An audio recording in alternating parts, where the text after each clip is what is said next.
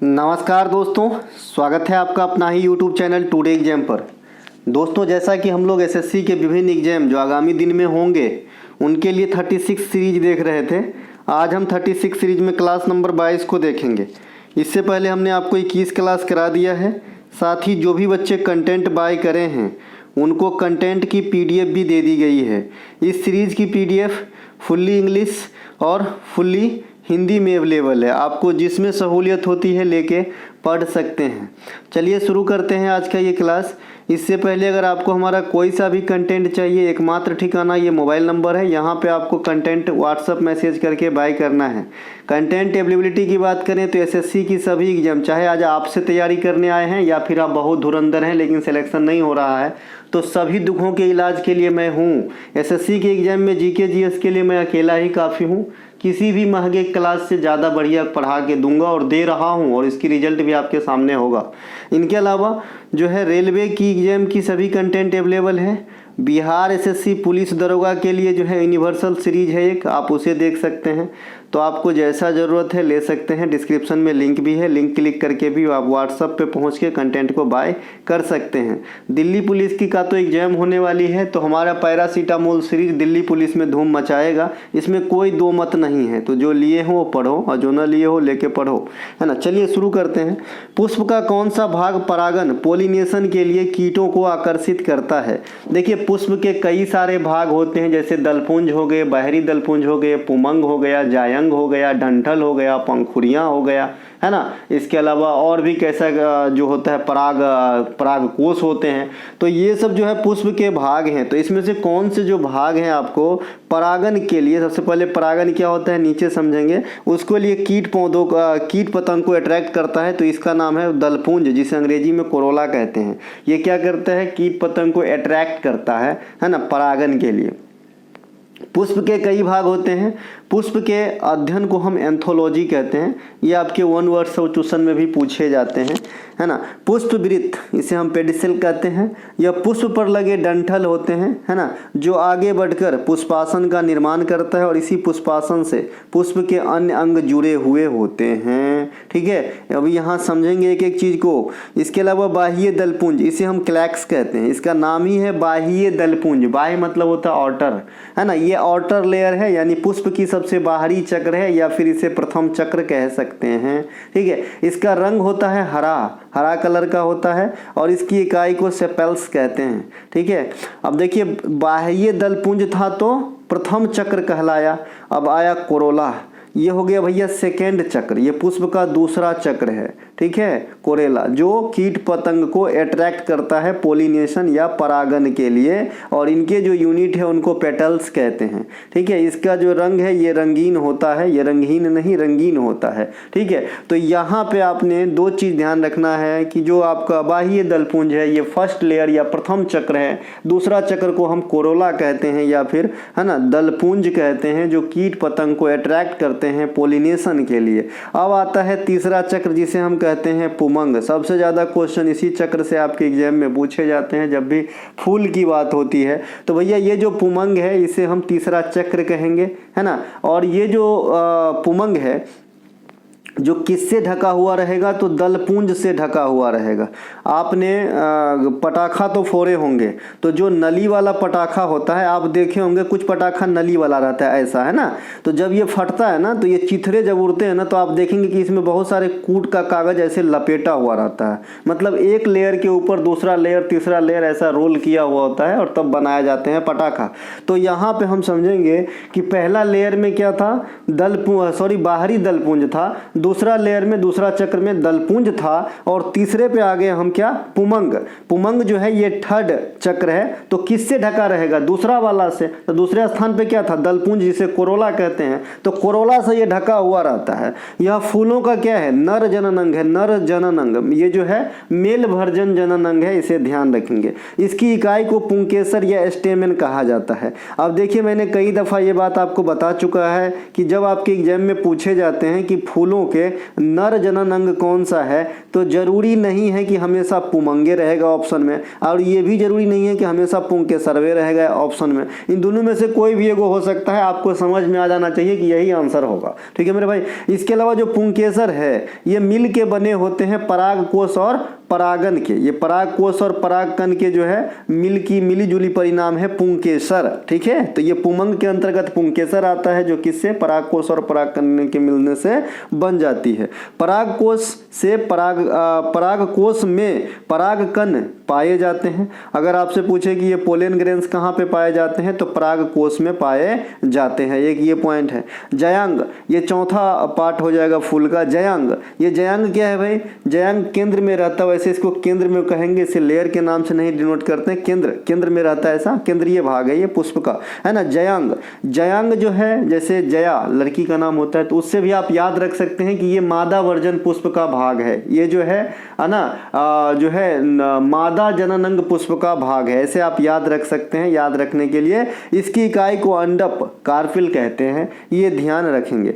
अब देखिए, जो आपका फूलों में मादा जनन अंग है, यहाँ पे हमने कहा कि जयांग होता है, लेकिन जरूरी नहीं है कि हमेशा ऑप्शन में जयांगे रहेगा। इसे स्त्री केसर भी लिखते हैं। ठीक है, तो स्त्री देख के ही आप पकड़ लेंगे कि भैया ये जो है मादा वाला जो है अंग होगा, तो आप वहां पर आंसर लगा लेंगे। अब अभी आपने देखा कि जयांग के अंदर एक चीज था अंडप, है ना। अब इस अंडप को जो बनावटी है ना, ये 3 चीजों से मिलके बने होते हैं अंडप। यहीं से गुड क्वेश्चन एग्जामिनर निकालता है ना जी, आसमान से थोड़ी लाता है। ठीक है, तो ये जो 3 गो भाग है, ये कौन कौन से चीज से मिलके बने होते हैं अंडप, तो बतिकार्ग जिसे अंग्रेजी में एस्टिग्मा कहते हैं, वर्तिका जिसे अंग्रेजी में स्टाइल कहते हैं, और अंडाशय ओवरी कहते हैं। इन तीनों के मिली जुली संरचना को हम क्या कहते हैं, अंडप कहते हैं। ठीक है, बीजांड कहाँ पाया जाता है, अंडाशय में। बीजांड कहाँ पाया जाता है, अंडाशय में, जो बाद में बीज का कारण बनता है। इनके अलावा परागन, परागन क्या होता है और निषेचन क्या होता है, ये काफ़ी बार आपके एग्जाम में पूछे जाते हैं जब भी पेड़ पौधों से बात होती है। परागन पोलिनेशन क्या होता है, जिससे ये क्वेश्चन भी मैंने बनाया था कि पोलिनेशन के लिए कीट पतंग को कौन जो है इन्वाइट करता है ना। तो जो पोलिनेशन होता है, ठीक से इसे समझिएगा और आराम से पढ़िएगा। जब पराग कोष से पराग कण का निकलकर जो मादा जनन अंग के अंतर्गत अंडप के बतिकार्ग भाग है, वहां तक पहुंचने की प्रक्रिया को पोलिनेशन कहा जाता है। एक बार मेरे साथ दोहराएंगे, क्योंकि ऊपर जितना भी इसमें वर्ड लिखा है सबका मीनिंग और कहाँ होता है ऊपर बता चुका हूं। जब पराग कोष से पराग कण, है ना, का निकलकर जो आपका पुष्प का केंद्रीय भाग या मादा जननांग जयांग था, और जयांग के अंदर जो अंडप पाया जाता था, और जो अंडप 3 लेयर से, मतलब 3 प्रकार के चीज से मिलके बना हुआ होता था, ओवरी, वर्तिका और बतिकार्ग, तो उसके में बतिकार्ग तक अगर ये पहुंच जाता है ये परागकण, तो इसी प्रक्रिया को पोलिनेशन कहा जाता है। अब ये जो इमेज आप देख रहे हैं, यहां से क्वेश्चन आते हैं। देखिए, आपसे पहले जो है पेड़ पौधे 2 प्रकार के होते हैं। एक होते हैं कि भैया बीज ना हो तो, एक होता है कि जिसमें बीज होता है। अब जो बीज होता है वो भी अपने आप में 2 प्रकार के होते हैं। एक ऐसा होता है कि जो पहले फूल देगा तब बीज देगा, और एक ऐसा होता है कि फूल न देगा अब तक खाली बीजे दे देगा, है ना। तो ये 2 प्रकार के होते हैं। तो जो विदाउट फ्लावर सीड प्रोवाइड करते हैं उसे हम जिम्नोस्पर्म कहते हैं। क्या कहते हैं भाई, जिम्नोस्पर्म कहते हैं। इसमें फूल तो नहीं होते हैं लेकिन बीज होते हैं। और एक होता है एंजियोस्पर्म, इसमें क्या होता है, फूलो होगा और बीजो होगा, है ना। तो हम लोग जो रोजमर्रा की जिंदगी में ज्यादातर पेड़ पौधों को देखते हैं, वो हम एंजियोस्पर्म को देख रहे होते हैं। ठीक है, उससे ज्यादा हम दिमाग लगाते ही नहीं, है ना। तो यहाँ पे ये एंजियोस्पर्म और जिम्नोस्पर्म को आपने समझ लिया है ना। अब इस साइड जो आप पेड़ पौधे देख रहे हैं, ये लंबा चौड़ा जो सीट देख रहे हैं, इसमें क्या होता है कि ये जो है बीज प्रोड्यूस नहीं करता है, बीज प्रोड्यूस नहीं करता है। और इस प्रकार के पेड़ पौधों में कई प्रकार के चीजों की अभाव लगी होती है, जिसमें मॉस वगैरह आ जाएगा, है ना, ब्रायोफाइटा, शैवाल आ जाएगा, थाइलोफाइटा, और भी कई सारे पेड़ पौधे की क्वालिटी इसके अंदर आ जाते हैं जिसमें सीड नहीं होते हैं। ठीक है, अब देखिए जो मैंने अभी बताया कि भाई वैसा पौधा जो बीज तो देते हैं लेकिन फूल नहीं देते उसे जिम्नोस्पर्म कहा जाता है। मैंने अलग से भी लिख दिया ताकि आप जो है इस पे दोबारा अपना आंख दौड़ा सको। ब्रायोफाइटा जिसे पादप वर्ग का उभयचर कहा जाता है ना, जैसे पादप वर्ग का उभयचर। जंतु वर्ग का उभयचर किसे कहा जाता है? एक क्वेश्चन मैं आप लोगों के लिए जरूर रखूंगा कि जंतु वर्ग का उभयचर किसे कहा जाता है। इसके अंतर्गत आने वाले पौधों में मॉस, लीवरवाट, हॉर्नवाट, मर्चेंटिया, फ्यूनेरिया और भी स्फग्मॉन, एंथ्रोसोम, नोथलथिस, मेगारोसोस, ये सब आ जाता है ब्रायोफाइटा के अंतर्गत। ब्रायोफाइटा मैं इसलिए अलग से लिखा हूँ, इसमें संवहनी उत्तक का अभाव होता है। संवहनी उत्तक पहले ही पढ़ा चुका हूँ, जाइलम है ना, जाइलम और फ्लोएम, ये क्या होते हैं? ये संवहनी उत्तक है, मतलब कोई भी ना कोई चीज का संवहन करता है, परिवहन के जैसा काम करता है, ढोने का काम करता है सर, ठीक है। तो जाइलम जो है ये वाटर या फिर जो भी लिक्विड फॉर्म में होंगे यानी जल की सप्लाई करेंगे, और फ्लोएम ये आपका जो है पेड़ पौधों के लिए फूड चेन का काम करता है ना। फ्लोएम का दिशा कैसा रहेगा? ऊपर से नीचे की तरफ, क्योंकि पेड़ पौधे की जो खाना है वो कहाँ बनेगा? तो पत्ती के सहारा से प्रकाश संश्लेषण में बनती है, तो ऊपर से नीचे तक आएगा। और जो जाइलम का क्रम है ये नीचे से ऊपर तक जाएगा, क्योंकि पेड़ पौधा जो जल पीवेगा वो कहां से? तो जड़ से जल पीता है, ठीक है भाई। चलते हैं आगे।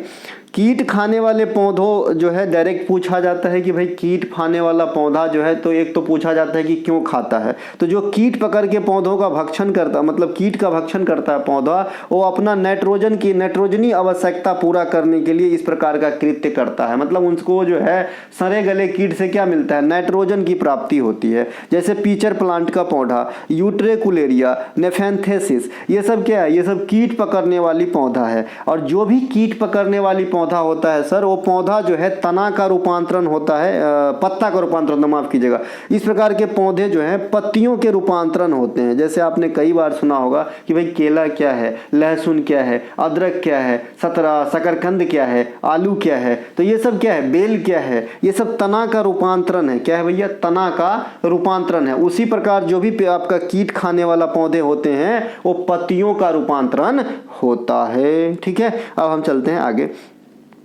ये है रेलवे के एग्जाम के लिए उपयोगी परीक्षा दर्पण, और ये है पैरासीटामोल 2.0 मार्क बूस्टर। एक है हमारा जो है पहला ई बुक पैरासीटामोल 500 है ना, ये आपके फाउंडेशन देने के लिए कारगर है, ये मार्क इनहेंस करने के लिए कारगर है, ये रेलवे के एग्जाम में साइंस की समझ के लिए अच्छी है ना। यहाँ पे 2 ही लोगो है, बाद बाकी और भी मैंने ऊपर में बताया था। पहला अगला जो क्वेश्चन है, प्रधानमंत्री नरेंद्र मोदी के द्वारा 2018 में एक सबमिट के दौरान भारत से टीबी उन्मूलन का लक्ष्य किस वर्ष तक रखा गया था, है ना। इसे VVI कर लेंगे क्योंकि इसके ऊपर जो है मोदी साहब काफी फोकस कर रहे हैं, और इसके लिए एक 100 दिनों का कार्यक्रम, जागरूक जो है कार्यक्रम चलाया गया है। तो ये काफी इंपॉर्टेंट हो जाता है आपके एग्जाम में आने के लिए, ठीक है। तो प्रधानमंत्री नरेंद्र मोदी ने 2018 में भारत से जो आपका टीबी का उन्मूलन है ये 2025 तक का लक्ष्य रखा है। ये लक्ष्य ही ज्यादा पूछा जाएगा तो इसे रखेंगे, है ना। टीबी एक प्रकार का कैसा बीमारी है दोस्त? तो संक्रामक बीमारी है। संक्रामक कहने का मतलब कॉन्टाजियस, मतलब अगर आप संपर्क में आते हैं, छींकते हैं, साथ में रहते हैं तो ये जो है फैलने की चांसेस होती है, यूं कि फैलता ही है, चांसेस क्या पूरा ही फैलता है। इसके अलावा ये कैसे होता है? तो ये माइकोबैक्टीरियम ट्यूबरकुलोसिस नामक जो है आपका बैक्टीरिया से होता है। अर्थात यह बैक्टीरियल रोग है जो कौन सी बैक्टीरिया से होगा? माइकोबैक्टीरियम ट्यूबरकुलोसिस, ठीक है। विश्व व्यापार संगठन ने जो आपका जिसका मुख्यालय जेनेवा के अंदर है, WHO का, है ना, व्यापार संगठन लिखा गया जी, हाँ, व्यापार करके बीमारी ठीक करेगा महाराज और बढ़ाएगा ना, है ना। ये WTO ना लिखना, WHO लिखना, है ना। विश्व स्वास्थ्य संगठन यहाँ पे लिखना, व्यापार के जगह पे स्वस्थ कर लीजिए, ठीक है भैया। हो जाती है गलती यार, दिमाग है ना। विश्व स्वास्थ्य संगठन जिसकी मुख्यालय जिनेवा में है, यह रोगों का जो ये जो आपका टीबी रोग है इसका उन्मूलन का लक्ष्य उन्होंने 2030 रखा है, लेकिन इंडिया में 2025 तक रखा गया है। प्रत्येक वर्ष 24 मार्च को हम विश्व ट्यूबरकुलोसिस दिवस के रूप में मनाते हैं। इनके अलावा जो अभी वन वर्ल्ड टीबी शिखर सम्मेलन 2023 में हुआ था, तो ये कहाँ पे हुआ था? तो बनारस में हुआ था, ध्यान रखें। रखेंगे। बनारस में आए दिन बहुत सारे चीज़ होते रहते हैं, जैसा कि आप जानते हैं मोदी साहब का फेवरेट प्लेस है और देव का नगरी है बनारस, बाबा विश्वनाथ का। तो यहाँ पे होते ही रहते हैं चीज़ सब, है ना। जैसे आपने एससीओ के बारे में सुना होगा, यहाँ पे जो है इन्होंने अपना सांस्कृतिक राजधानी घोषित कर दिया था इनको। तो ये सब जो है थोड़ा बहुत बनारस, देव दिवाली इत्यादि पूछे जाते हैं बनारस से, है ना। तो बनारस एक अलग है। इनके अलावा दिसंबर 2024 में केंद्रीय स्वास्थ्य एवं परिवार कल्याण मंत्री के जो मंत्रालय के जो मंत्री है जगत प्रकाश नड्डा, इन्होंने हरियाणा के पंचकूला से 100 दिवस टीबी जागरूकता सभा अभियान चलाया है। इसीलिए यह चीज़ चर्चा में आया है और इसीलिए यहाँ से जो भी फैक्ट है मैं आपको बता रहा हूँ ताकि आपके एग्जाम में आए तो आप छोड़ के ना आना।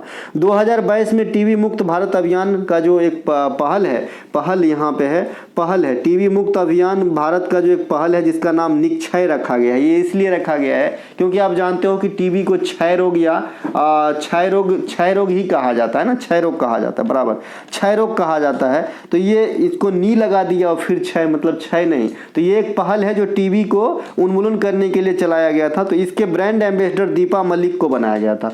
दीपा मलिक के बारे में आप सबको बता दिया हूँ कि ये कौन है। तो दीपा मलिक जो है ये पैरा ओलंपिक में पदक जीतने वाली भारत की प्रथम महिला है। जैसे मेन ओलंपिक में कर्नो मलेश्वरी है, वैसे ही पैरा ओलंपिक में पदक जीतने वाली ये प्रथम महिला है दीपा मलिक। तो ये ब्रांड एम्बेसडर है टीबी मुक्त भारत का, ठीक है। इनके अलावा डिफ्थीरिया रोग में नाक और गले की श्लेष्मा झिल्ली प्रभावित होती है। बहुत ही खतरनाक बीमारी डिफ्थीरिया।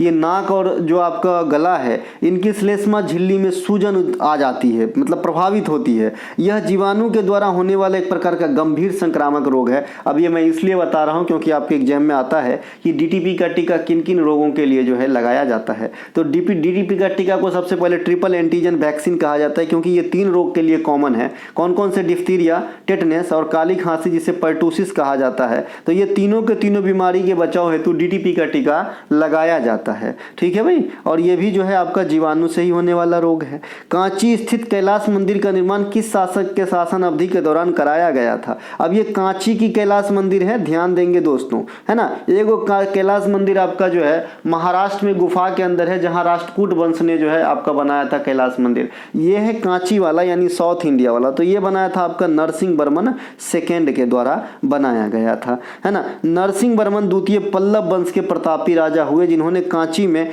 कैलाशनाथ मंदिर का निर्माण करवाया। ममलपुरम के तट पर मंदिर का निर्माण, है ना। कांची स्थित मुक्तेश्वर मंदिर, बैकुंठ पेरुमल मंदिर, मांगतेश्वर मंदिर, परशुरामेश्वर मंदिर इत्यादि का निर्माण कौन करवाए? नरसिंह वर्मन सेकेंड, है ना।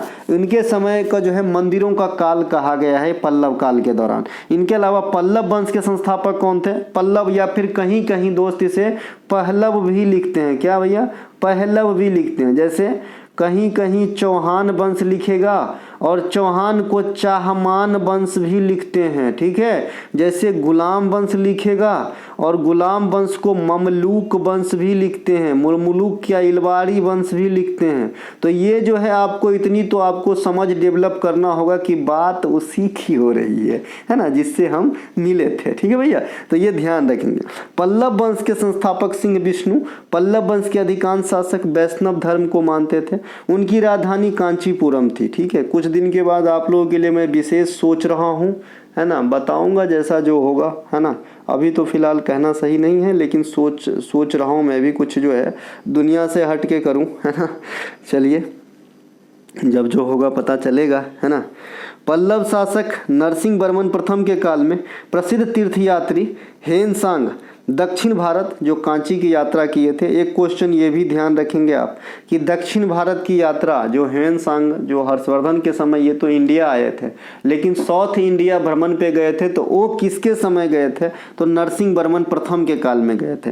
हेनसांग हर्षवर्धन के काल में आया था। इसे यात्रियों का राजकुमार कहा जाता है, प्रिंस ऑफ पिलग्रिम्स कहा जाता है हेनसांग को, जिन्होंने सीयू के यात्रा वृत्तांत भी लिखा था। उड़ीसा के प्रसिद्ध कोणार्क मंदिर का निर्माण नरसिंह देव प्रथम ने करवाया था। कोणार्क के सूर्य मंदिर को ब्लैक पैगोडा भी कहा जाता है। भारतीय मुद्रा के 10 रुपये के पीछे कोणार्क के मंदिर का जो है अंकन आपको मिलेगा। चंदेल राजाओं ने प्रसिद्ध खजुराहो के मंदिर जो मध्य प्रदेश में स्थित है इसका निर्माण करवाया था। खजुराहो मंदिर परिसर में सबसे विस्तृत मंदिर कंदरिया महादेव का मंदिर है। खजुराहो का मंदिर नागर शैली और पंचायती शैली दोनों के जो है मिली जुली जो है नमूना देखने को आपको मिलेगा। इससे पहले वाले क्लास में मैंने आपको या तो सफलता सीरीज में या फिर स्टैटिस्टिक्स सीरीज में आपको मैं पढ़ाया हूँ कि राजस्थान का खजुराहो किसे कहा जाता है, महाराष्ट्र का खजुराहो किसे कहा जाता है, मन में स्मरण कीजिए। ठीक है। इनके अलावा दक्षिण भारत के अधिकांश मंदिर द्रविड़ शैली में बने होते हैं, जिसकी विशेषता गोपुरम होती है। और गोपुरम क्या होता है? एक लंबा चौड़ा गलियारा, है ना। इसके अलावा इस्लाम धर्म में धार्मिक स्थलों पर प्रवेश करने वाले गेट को पिस्ताक कहा जाता है ना। मंदिर में देवी देवता की प्रतिमा गर्भगृह में रखी जाती है। मंदिर में भक्तजन मंडप में बैठते हैं, है ना। इसके अलावा मंदिर के ऊपरी भाग को शिखर कहते हैं और शिखर के जस्ट नीचे वाले भाग को आमलक कहते हैं। क्या कहते हैं? आमलक, है ना, मैंने ये बता रखा है। इनके अलावा स्तूप के ऊपरी भाग को हर्मिका कहते हैं और स्तूप बौद्ध धर्म से संबंधित टर्म है, जो होता है क्या कि बौद्ध धर्म के जो महत्व के चीज हैं उन्हें संरक्षित रखे जाने को हम स्तूप कहते हैं जगह को, है ना। इनके अलावा जाकिर हुसैन जो एक सुप्रसिद्ध तबला वादक थे, उन्हें प्रथम ग्रैमी अवार्ड उनके किस कृत्य के लिए 1992 में दिया गया था? बहुत ही अच्छा क्वेश्चन बनेगा और बहुत दिन तक आपके एग्जाम में जो है जाकिर हुसैन साहब बने रहेंगे, क्योंकि वो इस दुनिया को छोड़े हैं, हमारे दिल से नहीं गए हैं, क्योंकि इतना अच्छा काम करके गए हैं, इतना नाम कमा के गए हैं कि हमेशा हमारे और आपके दिल में रहेंगे। तो ये भैया कौन है ना, प्लेनेट ड्रम के लिए जो है सबसे पहले इसे 1992 में आपका ग्रैमी अवार्ड से सम्मानित किया गया था। ठीक है, किन्हें? जाकिर हुसैन साहब को। इनके अलावा जाकिर हुसैन प्रसिद्ध तबला वादक अल्लाह रखा साहब के पुत्र थे, है ना। तबला वादन के साथ साथ कई फिल्मों में भी इन्होंने काम किया, सत्यम शिवम सुंदरम इन्होंने काम किए हैं। इनके अलावा 1988 में भारत सरकार के द्वारा इन्हें पद्मश्री दिया जाता है और उस समय सबसे कम उम्र के पद्मश्री प्राप्त करने का गौरव उन्हें प्राप्त हुआ था संगीतज्ञ में। ठीक है। अमेरिका के व्हाइट हाउस में स्टार ग्लोबल कंसर्ट में भाग लेने वाले प्रथम इंडियन म्यूजिशियन कौन थे भैया? जाकिर हुसैन साहब। ऐसे कई सारे क्वेश्चन हैं। लंदन के अल्बर्ट हॉल में लता मंगेशकर, है ना। इनके अलावा जो है महारानी एलिजाबेथ के ताजपोशी में कुमारी कमला। तो ये जो है देश के बाहर परफॉर्म करने वाले कुछ कलाकार। इनके अलावा देश में अगर आएंगे तो 26 जनवरी और 15 अगस्त जो प्रथम बार मनाया गया था, तो उनमें जो है शहनाई वादन का बिस्मिल्लाह खां। तो ये कुछ क्वेश्चन इसी फॉर्मेट में बनते हैं। ठीक है मेरे भाई, ध्यान रखेंगे। इनके अलावा जाकिर हुसैन को वर्ष 2024 में 3 ग्रैमी अवार्ड एक साथ प्राप्त हुआ। ये 3 ग्रैमी अवार्ड जो मिला है उसकी चर्चा हम नीचे करेंगे। पहले मैं यहाँ पे बता दूं, जाकिर हुसैन के अलावा 4 अन्य भारतीयों को 2024 में ग्रैमी अवार्ड मिला। ये कौन कौन है? बांसुरी वादक राकेश चौरसिया और जाकिर हुसैन साहब को जो है पश्तो और आज यू स्पीक के लिए मतलब सिंगल ग्रैमी अवार्ड दोनों को जो है अलग अलग 2 चीज़ों में मिला। तो 2 गो जाकिर हुसैन साहब को और 2 गो जो है आपका राकेश चौरसिया साहब को। और जाकिर हुसैन साहब को मैंने ऊपर में कहा था कि 2024 में 3 गो मिला, तो 1 गो मिला था दिस मोमेंट के लिए। ठीक है भाई, तो 3 गो अवार्ड मिला था जाकिर हुसैन साहब को 2024 में। गायक शंकर महादेवन, वायलिन वादक गणेश राजागोपालन और तबला वादक सेल्वा गणेश विनायक राम। तो ये जो है 5 जने, है ना, इनको मिले 2024 में ग्रैमी अवार्ड। भारत के लिए प्रथम ग्रैमी अवार्ड के विजेता पंडित रविशंकर साहब है, जो सितार बजाते थे और 1968 में इन्हें सबसे पहले उनके वेस्ट मीट्स ईस्ट के लिए जो है ग्रैमी अवार्ड प्रदान किया गया था। ग्रैमी अवार्ड जीतने वाले प्रथम भारतीय मूल की महिला तन्वी शाह हैं, है ना, इन्हें भी ध्यान रखेंगे। ये जो है गाना का स्पेनिश रूपांतरण किए थे, तब मिला था इन्हें। जाकिर हुसैन को 1988 में पद्मश्री, 2002 में पद्म भूषण और 2023 में पद्म विभूषण से सम्मानित करा गया था। अब जाकिर हुसैन साहब को देखिए, आजकल एग्जामिनर हो गया है चालाक, ये जो पद्म पुरस्कार है ना इनको छोड़ देते हैं, और जो छोटे छोटे पुरस्कार है मतलब है तो बड़े उसके लेवल में, लेकिन पद्म से तो कम पॉपुलर होगा ना भाई, पद्म अवार्ड तो ज्यादा पॉपुलर हो जाता है इंडिया में, तो वो पूछ लेते हैं। तो आइए देखते हैं जाकिर हुसैन साहब को पद्म भूषण, पद्मश्री और पद्म विभूषण के अलावा और कौन कौन से अवार्ड मिले हैं। तो 1990 में इन्हें संगीत नाटक अकादमी पुरस्कार मिले हैं।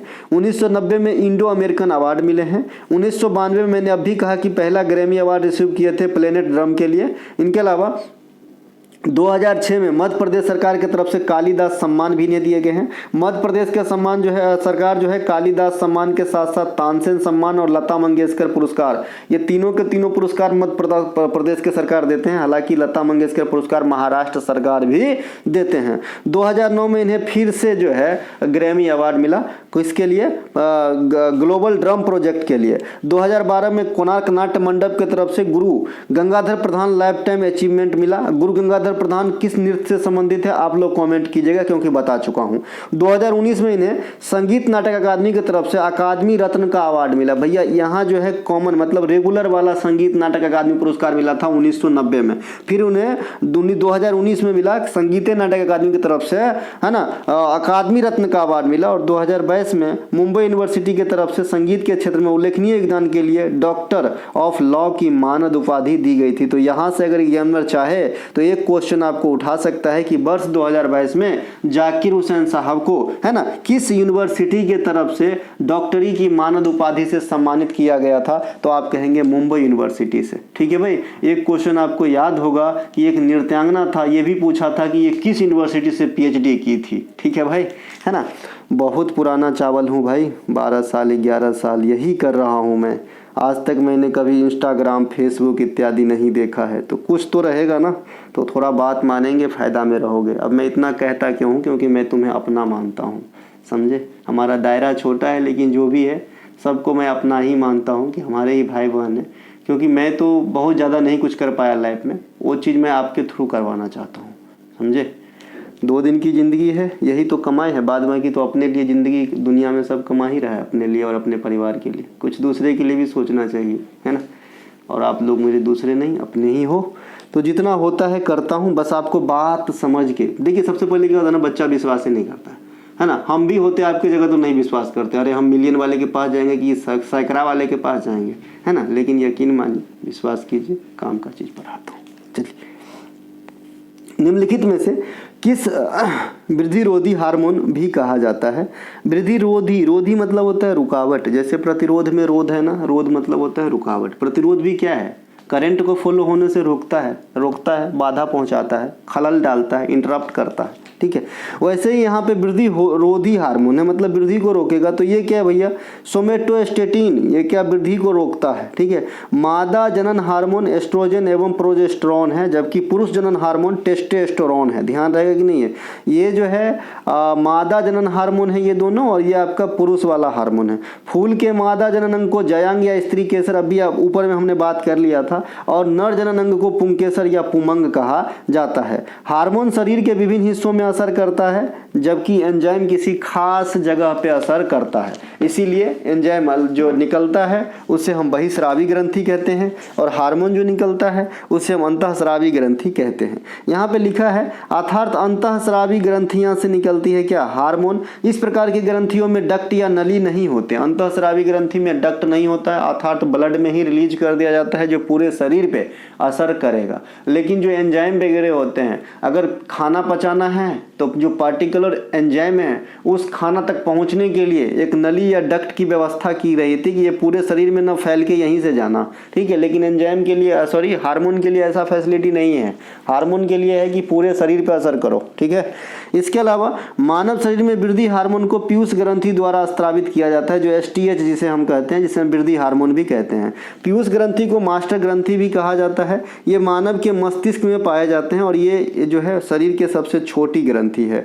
मानव शरीर की सबसे बड़ी ग्रंथि यकृत है ना। यकृत जो है शरीर में ग्लूकोज को ग्लाइकोजेन के रूप में भंडार करती है, साथ ही थोड़ी मात्रा में वसा को भी भंडार कर लेती है। मूत्र का निर्माण यकृत में होता है, पित्त का निर्माण भी यकृत में होता है, जो पित्ताशय में जमा होता है गाल ब्लैडर में, जिसके pH 7.5 अर्थात ये जो है अल्कलाइन प्रकृति के अर्थात क्षारीय होती है। अग्नाशय से इंसुलिन नामक हार्मोन की स्त्राव होती है, जो शरीर में शर्करा को बैलेंस करती है। इसके कमी से मधुमेह रोग होती है। अगला प्रश्न सवाई जयसिंह सेकेंड के द्वारा स्थापित जंतर मंतर वास्तव में क्या है? जो जंतर मंतर हम लोग कहते हैं वो क्या है? वहां पे झाड़ फूक होता है क्या? नहीं भैया, जंतर मंतर जो है ये एक प्रकार का खगोलीय वेधशाला है। क्या है भैया? खगोलीय वेधशाला है। ध्यान रखेंगे, इन्होंने उत्तर भारत के 5 खगोलीय इकाई का निर्माण करवाया और उनका नाम क्या रखा? जंतर मंतर। कौन भैया? सवाई जयसिंह सेकेंड। अच्छा, जय सिंह सेकेंड भी आप बोल सकते हैं। सवाई की उपाधि दी गई थी मुगल बादशाह औरंगजेब के द्वारा, ठीक है। जो कहाँ कहाँ है 5 जगह, दिल्ली, उज्जैन, जयपुर, मथुरा, वाराणसी, है ना। ये जो है आपका क्या है, 5 जगह सवाई जय सिंह के द्वारा स्थापित एक प्रकार का वेधशाला है खगोलीय, जिसे हम आम भाषा में जंतर मंतर कह देते हैं, ठीक है। सवाई मानसिंह जो है, जय सिंह द्वितीय है, जयपुर शहर की भी स्थापना करवाए थे। मुगल बादशाह औरंगजेब ने उन्हें सवाई की उपाधि दी थी। सवाई जय सिंह आमेर के कछवाहा राजपूत थे। आमेर है ना, अंबर भी लिखा रहता है कहीं कहीं, आमेर भी लिखा रहेगा, है ना। ये भी दोनों सेम है, जैसे मैंने ऊपर में कई सारी चीज बताया था आपको, चाहमान और चौहान, है ना। उसी प्रकार इनकी जो राज्याभिषेक होती है, कोरोनेशन होती है, मात्र 11 वर्ष में हुआ था इनका भी ताजपोशी। और अकबर का जो राज्याभिषेक हुआ था कलनौर में, वो कितने वर्ष में हुआ था, आप लोग कमेंट करेंगे। देखिए मैंने 3 क्वेश्चन पूछा है, अब तक याद है मुझे। इनके अलावा उदयपुर शहर की स्थापना महाराणा उदय सिंह सेकेंड ने करवाया था। महाराणा उदय सिंह, है ना, कौन वंश के थे, सिसोदिया वंश के थे। ईडन गार्डन, जो नाम से लग रहा है कि घूमने की जगह होगा, गार्डन होगा, है ना, अंगना फूल खिले होंगे, लेकिन ऐसा नहीं है। ये क्रिकेट का स्टेडियम है, यहाँ पे क्या होता है, क्रिकेट की खेल होती है। कलकत्ता में है। मुंबई स्थित एशियाटिक सोसाइटी, इसकी स्थापना जेम्स मैकेंटोस करते हैं। कौन करता है भैया, मेंटोस जिंदगी, जेम्स मैकेंटोस, है ना, ये करते हैं। मुंबई की एशियाटिक सोसाइटी की स्थापना, देखिए कोलकाता में भी एशियाटिक सोसाइटी है, जो पहले स्थापित होते हैं 1784 में, जो सर विलियम जोन्स के द्वारा किया गया रहता है। यहाँ पे मुंबई की एशियाटिक सोसाइटी है, इसीलिए यह डिफरेंट है इनके जो है फाउंडर। तो इनके फाउंडर है जेम्स मैकिंटोश, है ना। ये जो एशियाटिक सोसाइटी होते हैं, ये वास्तव में क्या था, तो ये जो है पठन पाठन, है ना, पठन पाठन को बढ़ावा देने के लिए एक प्रकार का जो है अध्ययन का केंद्र था, ठीक है। वैसे मुंबई एशियाटिक सोसाइटी को आप डायरेक्ट लाइब्रेरी भी कह सकते हो। यहाँ पे बहुत दुर्लभ पुस्तक वगैरह आपको जो है देखने को मिलेगा। हवा महल कहाँ पे है, ये जयपुर के अंदर है। इसका निर्माण कौन करवाए थे, तो सवाई प्रताप सिंह करवाए थे। वहाँ पे सवाई जय सिंह था, जिन्होंने आपका जो है जंतर मंतर बनवाए थे। ये है भैया सवाई प्रताप सिंह, जिन्होंने क्या बनवाया, हवा महल बनवाए हैं। हवा महल में खिड़कियों की संख्या आपसे पूछे जाते हैं, 953 खिड़कियां हैं, छोटे छोटे, है ना, ताकि जो है एक रोशनदान का काम करता है। हवा का जो है सर्कुलेशन का जो है रास्ता है ना। ऐसा नहीं कि बड़े बड़े खिड़कियां हैं 953, जी नहीं, छोटे छोटे। इनके अलावा बादशाह शाहजहां ने लाहौर में शीश महल का निर्माण करवाया था। अकबर के द्वारा निर्मित प्रसिद्ध आगरा का किला के अंदर भी एक ग्लास पैलेस है, जिसे मुगलकालीन हमाम या शीश महल कहा जाता है। इसका निर्माण भी शाहजहां ने ही करवाया था। कहने का मतलब है कि मुगलकालीन जो आपका शीश महल है या जो भी आपका ग्लास पैलेस है, उनका निर्माण शाहजहां ने करवाया था। शाहजहां के काल को स्थापत्य का स्वर्ण काल, मुगल काल में कहा जाता है। महाराजा नरेंद्र सिंह, इन्होंने पटियाला में शीश महल का स्थापना करवाया था। और राजा मान सिंह ने जयपुर के आमेर के किला में शीश महल का निर्माण करवाया था। तो ये 3 प्रकार के शीश महल भी आप देख लेंगे, ठीक है। इनके अलावा कार्बन की प्रमुख अपरूप फुलेरीन, फुलेरीन क्या होता है भैया, है ना, ये कार्बन का अपरूप है ना। हीरा ग्रेफाइट भी है, कोयला भी है। तो ये फुलेरीन की खोज जो है 1985 में रॉबर्ट एफ कर्ल और ... ने मिलकर किया था। तो रॉबर्ट एफ कर्ल, होराल्ड वी क्रोटो, ये दोनों मिलकर 1985 में, हालांकि 3 आदमी थे, एक और नाम होगा, इनका नाम है रिचर्ड स्माइली, है ना, रिचर्ड ई स्माइल्स, इस प्रकार से नाम है इनका। तो ये तीनों ने मिलकर जो है फुलेरीन की खोज पर शोध किए थे और अंततः जो है फुलेरीन नाम देकर के इसे जो है रिलीज किए थे। एरिथ्रोसाइट नमूने से लिपिड का निष्कर्षण किसने किया था, तो 1925 में गार्डर एवं ग्रेंडल ने किया था। गार्टर होता है एक्चुअली, गार्टर, है ना, और ग्रेंडल, भाई इन लोगों का नाम भी इतना खतरनाक होता है। इन दोनों ने जो है लिपिड का निष्कर्षण किए थे। डीएनए की डबल हेलिक्स संरचना की खोज 1953 में जेम्स वाटसन और फ्रांसिस क्रिक, वाटसन एवं क्रिक ने किए थे डीएनए का डबल हेलिक्स मॉडल का खोज। रडार की खोज की शुरुआत जो है हेनरिक हर्ज को दिया जाता है, लेकिन वो कहते हैं ना तुम शुरू करो, क्रेडिट कोई और लेकर चला जाए। तो उसमें जो है सबसे ज्यादा क्रेडिट रॉबर्ट वाटसन वाट को मिल गया, लेकिन शुरुआत किए थे हेनरिक हर्ज। तो जैसा आपसे प्रश्न पूछे वैसा आंसर देना है रडार में, है ना। कोशिकाओं की अर्धसूत्री विभाजन की बात करें, जिसे मेयोसिस कहते हैं, तो इसको जो नामकरण है, सबसे पहले भैया ये अर्धसूत्री विभाजन होगा, इस प्रकार का जो नाम दिए या पहले बार इस शब्द का प्रयोग कर रहे थे, ये थे फार्मर और मूरे, जिन्होंने 1905 में इस प्रकार का कृत्य किया था। कोशिका का समसूत्री विभाजन का खोज वाल्टर फ्लेमिंग ने किए थे 1879 में। तो समसूत्री विभाजन कहेगा तो वाल्टर फ्लेमिंग, अर्धसूत्री विभाजन कहेगा तो फार्मर व मूरे। लेकिन अर्धसूत्री विभाजन और समसूत्री विभाजन क्या क्या होता है मैंने अच्छे से आपको बता दिया है रेलवे वाले क्लास में। अर्धसूत्री विभाजन में क्या होगा कि एक कोशिका टूटेगा तो 4 गो नया कोशिका का निर्माण होता है ना, 4 गो नया कोशिका का निर्माण होता है। इसमें अगर मान लीजिए 20 गो क्रोमोसोम वाला ये कोशिका टूटा है ना, तो इससे जो निर्माण होने वाला कोशिकाएं होंगे उनमें 10-10 क्रोमोसोम होंगे, ठीक है, चारों के चारों में। तो इसमें क्या समझे, एक भाग लेके 4 नए का निर्माण करता है और चारों में क्रोमोसोम का संख्या क्या हो जाता है, पहले की तुलना में आधा हो जाता है। इसे हम कहते हैं अर्धसूत्री विभाजन। समसूत्री विभाजन किसे कहते हैं, एक भाग लिया 2 का निर्माण किया, इसमें अगर 10 क्रोमोसोम है तो इधर नया में भी 10-10 क्रोमोसोम होगा, मतलब इसमें क्रोमोसोम में कोई भी डिफरेंस नहीं आती है। तो ये भैया समसूत्री विभाजन। कोशिका के सिद्धांत किसने दिया था, तो स्लाइडन एवं स्वान ने दिया था, ये बात भी ध्यान आपको रखना है, ठीक है। इंसुलिन की खोज फ्रेडरिक बेंटिंग और बेस्टा ने किया था। इंसुलिन की कमी से मधुमेह रोग होती है, ये बात ध्यान रखेंगे। आपको कहीं भी एक भी बात ऐसा डिटेक्ट हुआ जो फालतू का मैं बता रहा हूं, अगर हुआ है तो इसी वक्त वीडियो छोड़ के आप चला जाए, है ना, क्योंकि आप भी समझदार हो भाई, ग्रेजुएशन कर लिए हो, है ना। अगर जिस दिन आपको लगे मैं टाइम पास करा रहा हूं तो उस दिन मत पढ़ना, आपको अवसरवादी बनना है सर। क्योंकि अगर किसी टीचर का बहुत ज़्यादा गुणगान कर रहे हो ना, और अगर वो काम का चीज़ नहीं पढ़ा रहे तो गुणगान से आपका क्या फ़ायदा, वो तो टीचर का ही और लोकप्रियता और फ़ायदा हो जाएगा, आपको तो समय भी लैप्स हो रहा है और उम्र भी जा रहा है भाई, ठीक है भाई।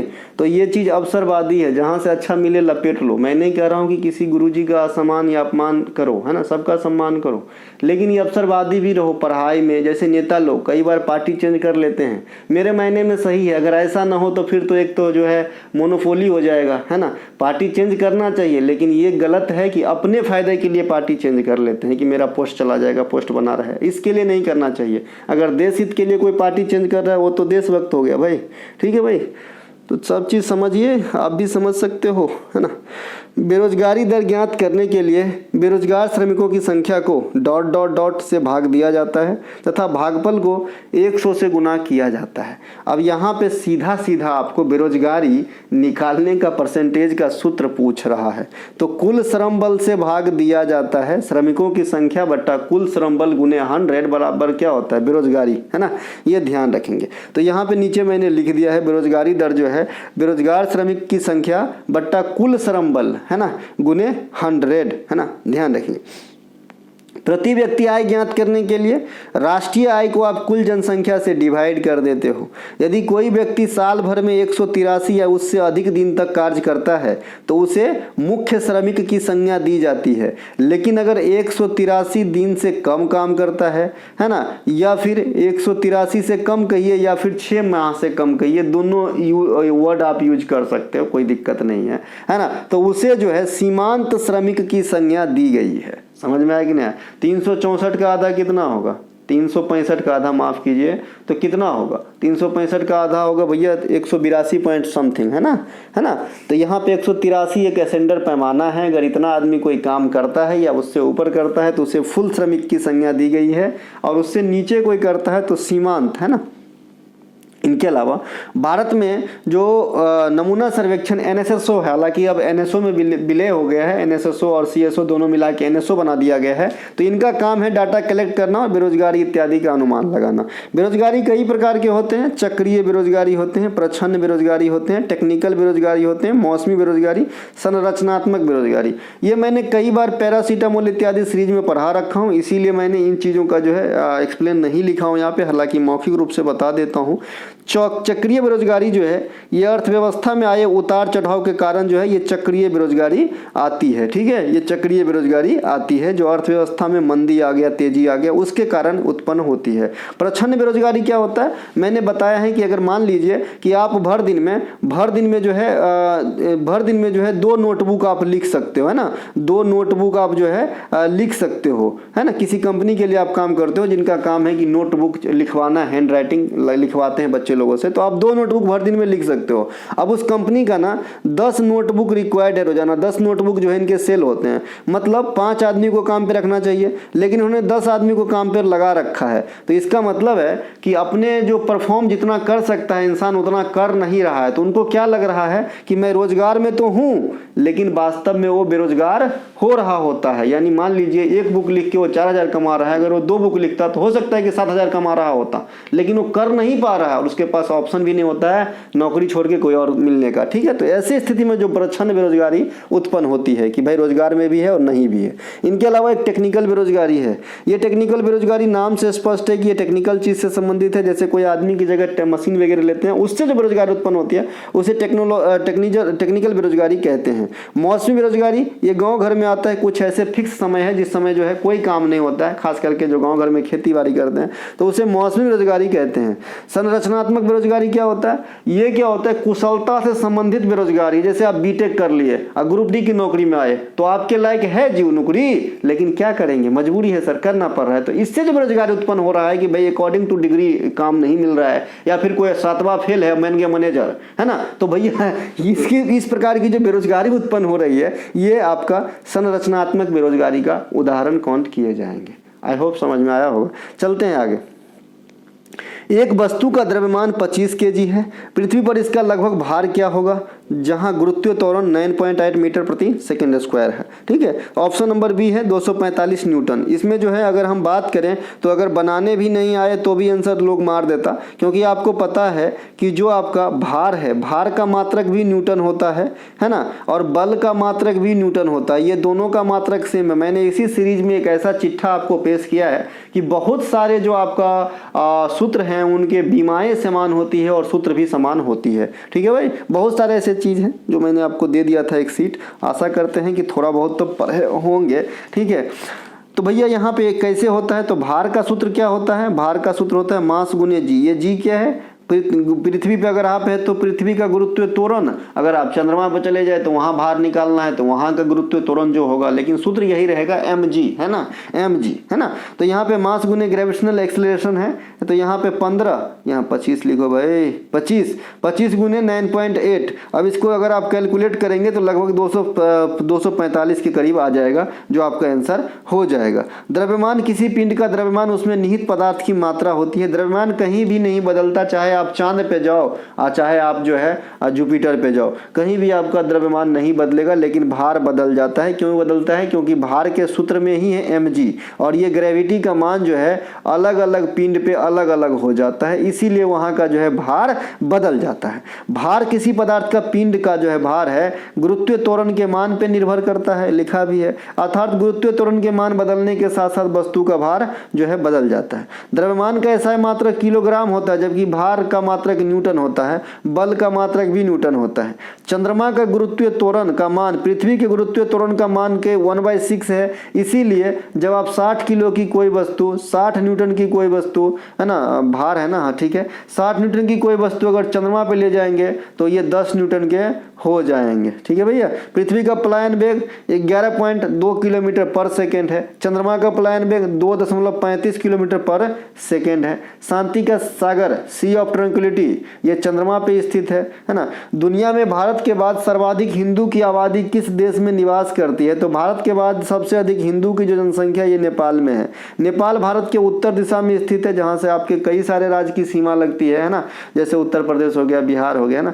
इसके अलावा अधिकांश निवासी यहाँ हिंदू धर्म के लोग रहते हैं। प्रसिद्ध माउंट एवरेस्ट जो नेपाल में इसकी सबसे ऊंची चोटी है हिमालय की, इसे नेपाल के स्थानीय भाषा में सागर माथा कहा जाता है। प्रसिद्ध पशुपतिनाथ की मंदिर काठमांडू नेपाल में स्थित है।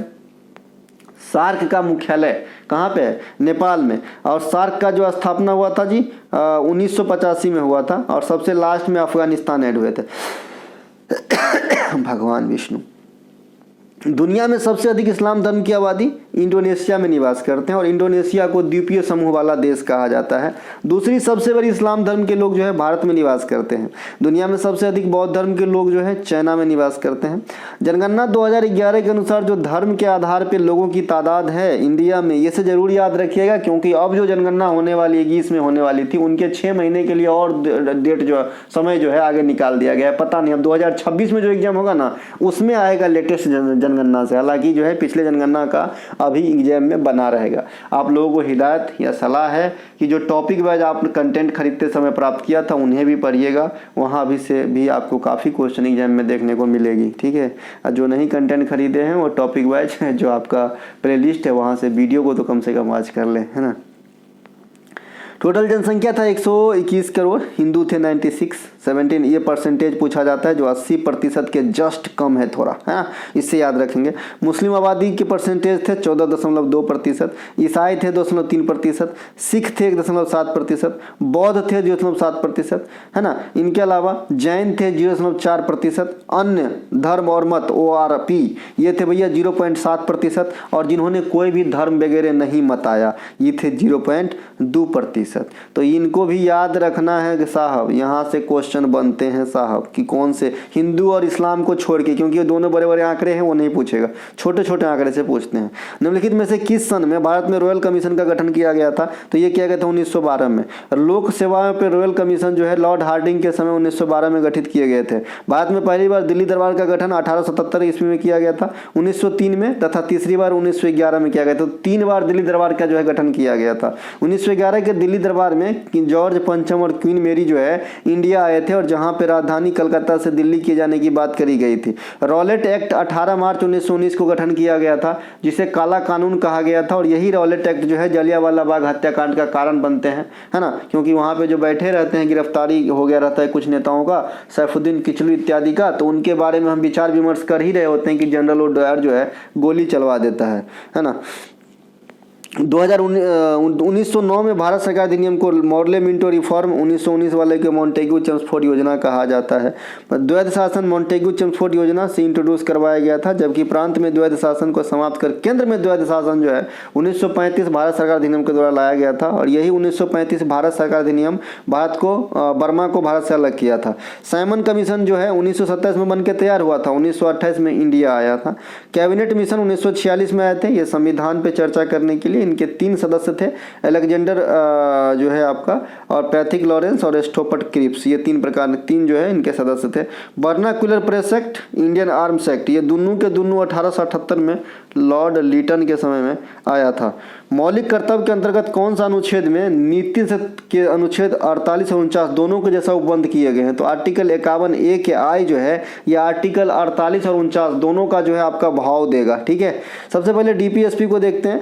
डीपीएसपी भाग 4 में है, जो 36 से 51 के बीच में रखे गए हैं, है ना, आयरलैंड के संविधान से लिए गए हैं। यह 3 प्रकार के होते हैं, गांधीवादी, उदार बौद्धिक और समाजवादी। डीपीएसपी परिवर्तनीय नहीं है, जबकि मौलिक अधिकार इनसे डिफरेंट है, अलग है। अनुच्छेद 48 को जो है हत्या निषेध, अहिंसा और पर्यावरण के संरक्षण से संबंधित है। वही अनुच्छेद 49 जो है कि भाई जो लोक हित के समान है, जैसे रेलवे स्टेशन, अस्पताल इत्यादि, पुस्तकालय वगैरह, उनको तोड़ना नहीं है, उनको संरक्षित करना है, ठीक है। तो यहाँ पे जो है आपका तीनों के तीनों जो मिलता है 51 के ए के आई में मिलता है। अब चलते हैं ए के आई में डायरेक्ट क्या कह रहा है, देखिए यहाँ पे सार्वजनिक संपत्ति की रक्षा करना और हिंसा से दूर रहना। तो हिंसा से दूर रहना ये आपका 48 आर्टिकल को कवर कर लिया, और सार्वजनिक संपत्ति की रक्षा करना ये 49। तो इन तीनों की मिली जुली स्वभाव नहीं हो गया भैया 48 और 49 का, कहाँ पे? 51 के ए के आई में, ठीक है। अगर शिक्षा वाला बात कहे, जो आपके आर्टिकल डीपीएसपी में कितने में शिक्षा है? तो शिक्षा है 45 में, और मौलिक अधिकार वाला में आर्टिकल 21 के ए में,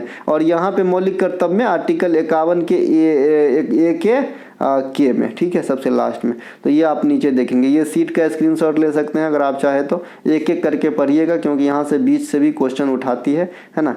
तो आप जो है इसे देख लीजिएगा, मैंने कई बार पढ़ाया हूँ इसीलिए आगे बढ़ रहा हूँ, नहीं तो ऐसे कोई मनसा नहीं है कि मैं छोड़ के भागूँ भैया, मैं उसमें से नहीं हूँ। इनके अलावा डीपीएसपी के अनुच्छेद 45 बच्चों की निःशुल्क शिक्षा और निवास शिक्षा प्रावधान है। इस प्रकार मौलिक अधिकार के अंतर्गत अनुच्छेद 21 से 6 से 14 वर्ष तक के बच्चों को निःशुल्क शिक्षा का प्रावधान। मौलिक कर्तव्य के अंतर्गत 51 1 11 जो बच्चों को शिक्षा दिलाना पेरेंट्स का कर्तव्य होगा। संविधान के मौलिक कर्तव्य को 42वां संविधान संशोधन 1976 के द्वारा जो है ऐड किया गया था। 10 प्रकार के मौलिक कर्तव्य ऐड किए गए थे, भाग 4 में रखे गए हैं, रूस के संविधान से लिए गए हैं। समिति काम किया था स्वर्ण सिंह समिति, है ना, लेकिन इन्होंने 8 प्रकार के मौलिक कर्तव्य ही सुझाए थे, ये बात भी ध्यान रखेंगे, लेकिन ऐड हुआ 10 प्रकार के। इसके अलावा 86वां संविधान संशोधन 2002 जो शिक्षा से संबंधित है, हालांकि ये बाद में लागू होते हैं, है ना, इसे भी ध्यान रखेंगे। पारिस्थितिकी शब्द किसने दिया था? हैकल ने, अर्नस्ट हैकल ने। पारिस्थितिक शब्द का जो है हैकल महोदय ने दिया था। पारिस्थितिक तंत्र शब्द जो है टॉन्सले महोदय ने दिया था। पारिस्थितिक तंत्र के दो घटक होते हैं, एक तो जैविक घटक और एक अजैविक घटक। ये दोनों को आप कैसे याद रखेंगे, ऐसे ही समझ में आ जाता है। जिसमें जान हो जैविक घटक है, जिसमें जान नहीं हो वह अजैविक घटक है, जैसे निर्जीव वस्तु इत्यादि। महासागर को दुनिया का सबसे बड़ा पारिस्थितिक तंत्र कहा जाता है। उत्पादक में कौन आते हैं, हरे पौधे अर्थात स्वपोषी आते हैं। अब घटक में कौन आते हैं, जीवाणु और कवक आते हैं। अब घटक क्या होता है, जैसे मरे गले पदार्थ को जो है प्रकृति को लौटाता है, अवघटित करता है। खाद्य श्रृंखला में प्रथम स्थान पे कौन होता है, हमेशा उत्पादक होगा, और अंतिम स्थान पे उच्च जो है आपका मांसाहारी होगा। कौन है भैया, माफ कीजिएगा, अंतिम स्थान पे कौन होगा, अपघटक होगा। ठीक है, अपघटक होगा। और बीच में कौन रहता है, उच्च मांसाहारी। जैसे घास, घास को खाएगा टिड्डा, टिड्डा को खाएगा मेढक, मेढक को खाएगा सांप, सांप को खाएगा बाज। इस प्रकार से आप लिख सकते हैं। यहाँ पे देखिए ये हो गया उत्पादक, घास क्या है, उत्पादक, और ये सब का है, उपभोक्ता है। और जब यहो सब मर जाएगा तो कौन आएगा, अपघटक आएगा। अपघटक कौन, जीवाणु और कवक। समझे कि नहीं समझे। तो उपभोक्ता कई हो सकते हैं, first layer, second layer, third layer. जो जितना ज़्यादा बड़ा मांसाहारी उतना आगे का लेयर, जैसे तृतीयक उपभोक्ता, बहुत बड़ा मांसाहारी होगा, शेर वगैरह। ठीक है। इसके अलावा कोशिका की खोज या कोशिका नामक शब्द जो है रॉबर्ट हुक ने दिया था। हालांकि जीवित कोशिका की खोज ल्यूवेनहॉक ने किया था। प्रसिद्ध प्रतिज्ञा आंदोलन का उद्देश्य क्या था, प्रतिज्ञा आंदोलन बाल विवाह को निषेधित करना या प्रतिबंध करना, है ना। ये बाल विवाह जो है ना, यह आंदोलन भारतीय राष्ट्रीय कांग्रेस का एक सामाजिक प्रकोष्ठ था। किसका श्रेय जो है महादेव गोविंद रानाडे और रघुनाथ राव को दिया जाता है। बाल विवाह अधिनियम 1929 में आया था। शारदा एक्ट भी बाल विवाह से ही संबंधित है, हरविलास शारदा का। विधवा पुनर्विवाह 1856 और विधवा पुनर्विवाह संघ 1861 महादेव गोविंद रानाडे के द्वारा। प्रार्थना समाज के संस्थापक आत्माराम पांडुरंग और महादेव गोविंद रानाडे ने किए थे 1867 बम्बई के अंदर। दहेज निषेध अधिनियम 1961 में लाया गया था। प्रसिद्ध स्वदेशी आंदोलन बंगाल विभाजन के समय 1905 में चलाया गया था। भारत छोड़ो आंदोलन जो क्रिप्स मिशन के विफलता के कारण चलाया गया था 1942 में गांधी जी के द्वारा। और मैंने ये भी कहा था कि इसमें बहुत सारे लेडीज जो है हमारे क्रांतिकारी, उन्होंने सहयोग किया था, जैसे अरुणा आसिफ अली हो गए, है ना, और भी कई जो है उषा, है ना, कई लेडीज हैं जो इसमें सहयोग किए थे। करो और मरो का नारा गांधी जी इसी में दिए थे, डू और डाई। इनके अलावा राजकोषीय घाटा की अवधारणा को 1985 में किस कमेटी के द्वारा प्रस्तुत किया गया था। जैसे अभी NBFC MFI कंपनी का जो आपका ये था समिति, मालेगाम समिति पूछा गया था, यहाँ पे राजकोषीय घाटा की अवधारणा दिए थे सुखमय चक्रवर्ती समिति। राजकोषीय नीति की शुरुआत होती है 1936 में इंडिया में, ऐसा माना जाता है। सरकार की आय, व्यय, कर्ज, करारोपण से संबंधित जो भी क्रियाएं होती है वो राजकोषीय नीति के अंतर्गत होती है। और राजकोषीय नीति वित्त मंत्रालय के अधीन आते हैं इंडिया के अंदर। ठीक है। FRBM एक्ट 2003 में आया था, फिजिकल, है ना, ये आपका जो है पूछे हो जाते हैं इसका फुल फॉर्म। तो क्या होता है, एक्ट राजकोषीय उत्तरदायित्व एवं बजट प्रबंध अधिनियम। राजकोषीय घाटा में से ब्याज भुगतान को घटा देने पे प्राथमिक घाटा प्राप्त होता है। अगर राजकोषीय घाटा है, मान लीजिए राजकोषीय आरजी लिख दिया, राजकोषीय घाटे में से अगर आपने ब्याज भुगतान लिख दिया, मैंने यहाँ पे बीवी लिख दिया, तो क्या निकलेगा, आपका प्राथमिक घाटा निकलेगा। ठीक है। तो इस प्रकार से आप कई सूत्र बना सकते हैं कि प्राथमिक घाटा में अगर ब्याज भुगतान को जोड़ देंगे तो राजकोषीय घाटा निकलेगा, है ना। तो आपको तो आता ही है मैथ हमसे बढ़िया। ऐसा व्यय जिसके परिणाम स्वरूप अर्थव्यवस्था में पूंजी या संपत्ति में कोई भी बढ़ोतरी नहीं होते, उसे क्या कहते हैं, राजस्व व्यय। राजस्व व्यय मतलब ऐसा व्यय जो दिखता नहीं है, जैसे कोई भी चीज नया नहीं आ रहा होता, उसे हम क्या कहते हैं, राजस्व व्यय कहते हैं। ठीक है। राजस्व घाटा क्या होता है, जब कुल प्राप्ति कम हुआ हो और कुल खर्चा ज्यादा हुआ तो उसे क्या कहते हैं, राजस्व घाटा कहते हैं। कि भाई राजस्व से आया कम, राजस्व प्राप्तियां हुआ कम, लेकिन राजस्व व्यय हो गए ज्यादा। उन दोनों का डिफरेंस क्या कहलाएगा, राजस्व घाटा। राजस्व घाटा में अनुदान यानी ग्रांट को अगर आप घटा देते हो तो प्रभावी राजस्व घाटा का मान निकलता है। और प्रभावी राजस्व घाटा जो है लोक लेखा समिति के द्वारा प्रस्तुत किए जाते हैं, जो मैंने यहाँ पे नहीं लिखा है, ऐसे जानकारी के लिए बता दिया, है ना, उतना स्ट्रेस नहीं डालना है। ये जो आपका प्रभावी राजस्व घाटा होता है ना, इसका देखरेख लोक लेखा समिति भी करते हैं, जिसमें कैग आपका जो है प्रतिवेदनाओं के जांच करने वाले अधिकारी होते हैं। और रिपोर्ट किसे सौंपते हैं, राष्ट्रपति को सौंपते हैं। अभी नया रिपोर्ट हुआ है, कौन हुए हैं नया कैग, कौन बने हैं आप लोग बताइएगा, है ना। गिरीश चंद्र मुर्मू के जगह पे कौन नए कैग बने हैं। ठीक है भैया। तो ये थे आज के आखिरी क्वेश्चन। अगर अच्छा लगे तो लाइक करेंगे।